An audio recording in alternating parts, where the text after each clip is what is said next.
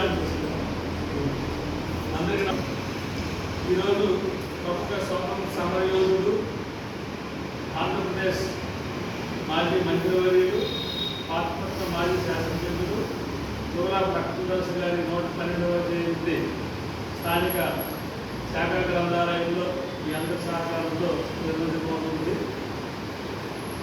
అయితే ఎందుకు మనం ఈ కార్యక్రమం నిర్వహిస్తామంటే ఆయన మొట్టమొదట రాష్ట్రంలో 2000 గృహ నిర్మాణ పథకం అనేది ఆయన టైంలోనే ప్రారంభించబడింది. అలాగే అప్పుడు స్వాతంత్రం మనకు రాలేదు. స్వాతంత్ర పోరాటంలో ఆయన పాల్గొన్నారు.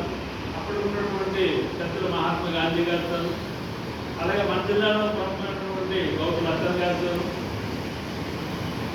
తర్వాత